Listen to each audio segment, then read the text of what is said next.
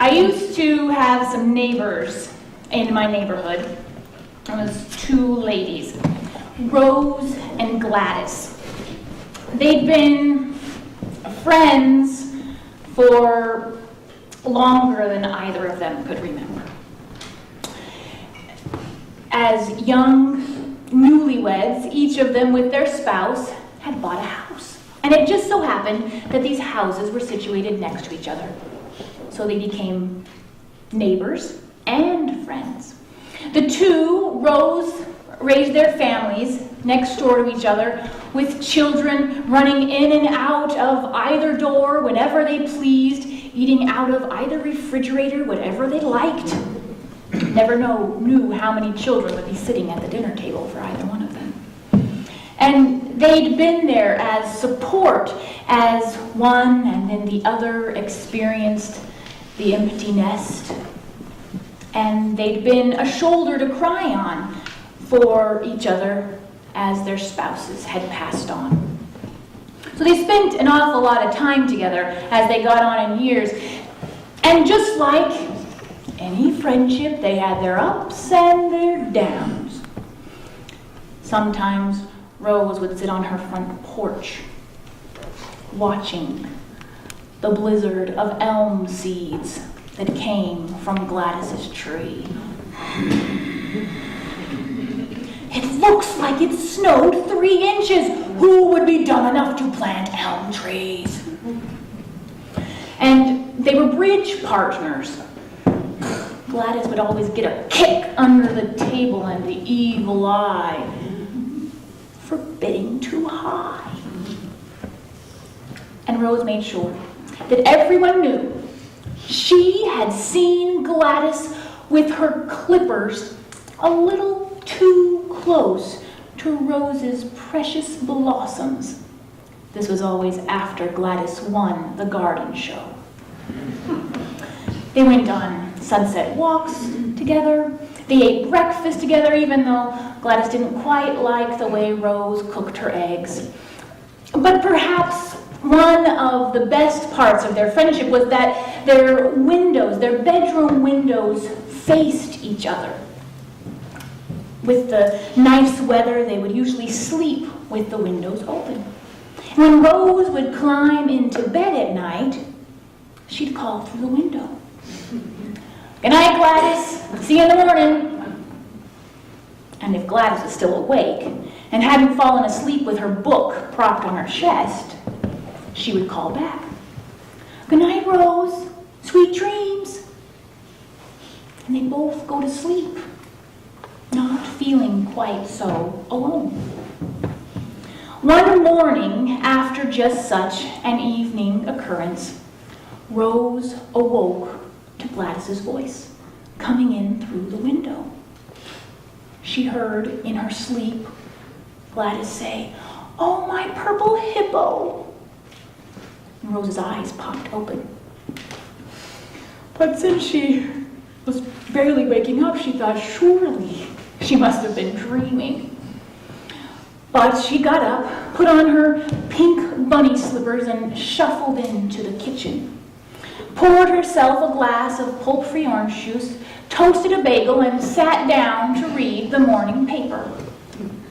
She'd made it through the 3rd obituary, happy to see that she wasn't there. She read, "Things being as they are, Canada wasn't far enough away for Mother. She moved to heaven."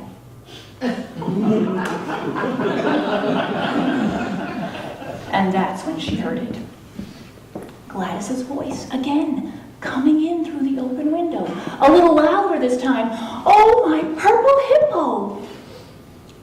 This time Rose knew that she wasn't dreaming. And she remembered that Gladys had been talking about how lonely she was feeling and that she was planning to get a pet. But a hippo was not what Rose had in mind for a neighbor. She quickly got agitated. "I can't have this. How could Gladys go shop? How would she get a purple hippo without even asking me? I can't handle the idea of a hippo next door. The The smell, those big teeth, and the drool. She knew she had to do something about it. Without thinking of time or what she was wearing, she walked out her front door and marched down the street, pink bunny slippers and all. Made her way to the Thompsons' house. Knocked on the door. She heard shuffling going on inside, but they didn't come to the door fast enough. And finally, the door opened a crack. Young Richard looked up at her. Can I help you? Well, I certainly hope so. Get your father. He's the Homeowners Association president. He has to know what to do. My neighbor Gladys, she has a purple hippo next door, and I simply won't stand for it. Well, young Richard, he heard purple hippo. It was like any boy's dream. He ran to get his father. Before too long, Mr. Thompson came to the door, tucking in his shirt, smoothing down his hair. Good morning, Rose. What can I do for you today? Well, you're the Homeowners Association president. You have to do something. There has got to be no way that someone is allowed to have a purple hippo in our neighborhood. I've heard people die from hippos. I can't stay another minute in my house knowing that that creature is next door. Well, Mr. Thompson had only been the Homeowners Association president for 1 month, and never in his wildest dreams had he ever even contemplated such a problem. I'll get my manual. Wait right here, Rose. I'll be right back. Let me get my manual. He hoped faintly that there might be some answer. He came back. Well, let's see here. Let's see what we've got. He flipped aimlessly through the pages until he happened upon something. Well, it does say here that every neighborhood must follow city ordinances, and it's the ordinance officer that keeps all of those ordinances. Perhaps if it says that purple hippos aren't allowed in the ordinances, then you've got a case. There you go. Rose just stared at him. Well, let's go then. Let's get right down to the ordinance officer. Mr. Thompson's shoulders drooped. He knew there would be no peace until he had helped this woman, the neighborhood busybody. He waved goodbye to his wife, and Mr. Thompson and Rose began walking back down the street. As they walked, Rose said good morning to the folks that were sitting on their front porches enjoying their morning coffee. Good morning. Have you heard? Gladys has a purple hippo. We're going to take care of it. Oh, I'm fine. Good morning to you too.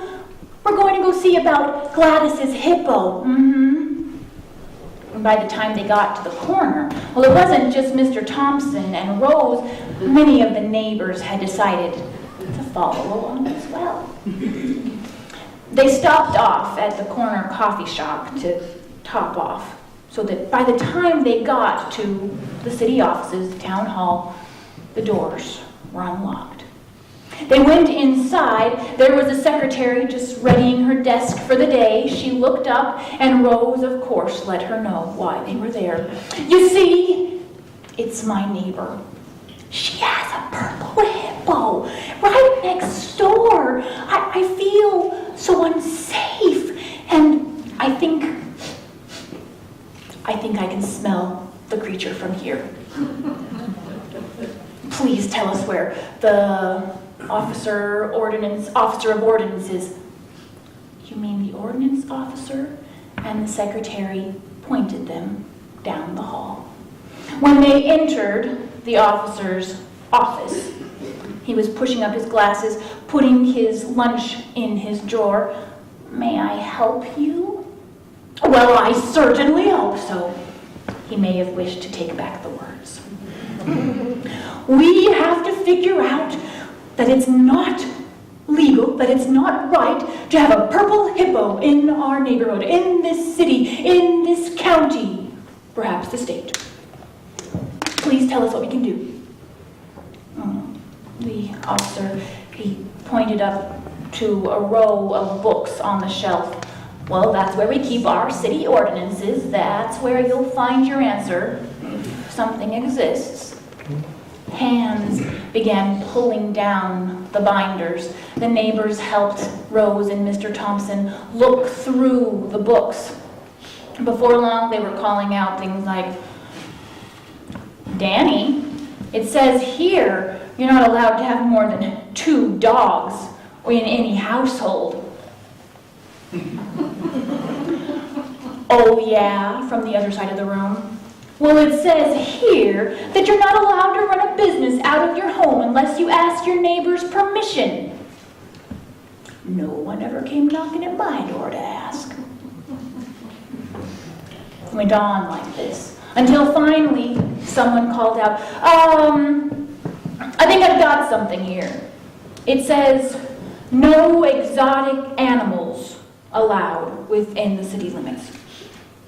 Rose called out, hippos, they're exotic. There, we have it in black and white. Let's get rid of it. And everyone rallied behind her. They walked back out trying to find, well, the officers that were going to enforce this edict. They marched back to the secretary. She looked up wide-eyed. We need the officer that's going to enforce. We have it in black and white. No exotic animals allowed in our neighborhood. It says it right there. We have to get rid of the purple hippo. Next to the secretary was the mayor's office, and his door was ajar. He sat there looking at his appointment book, meeting after long, boring meeting.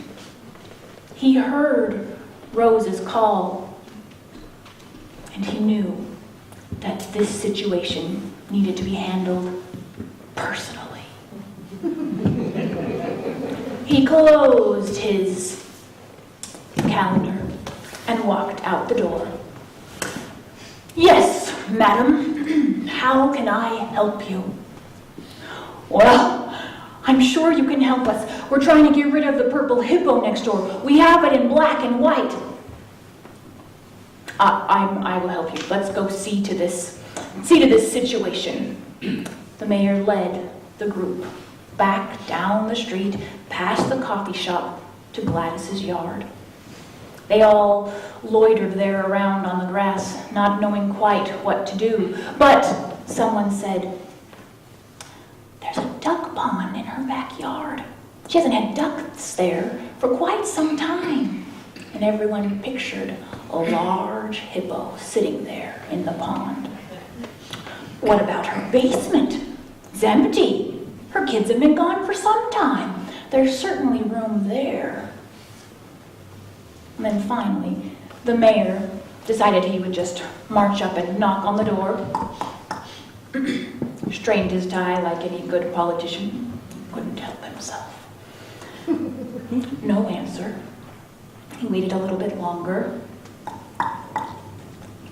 Then young Richard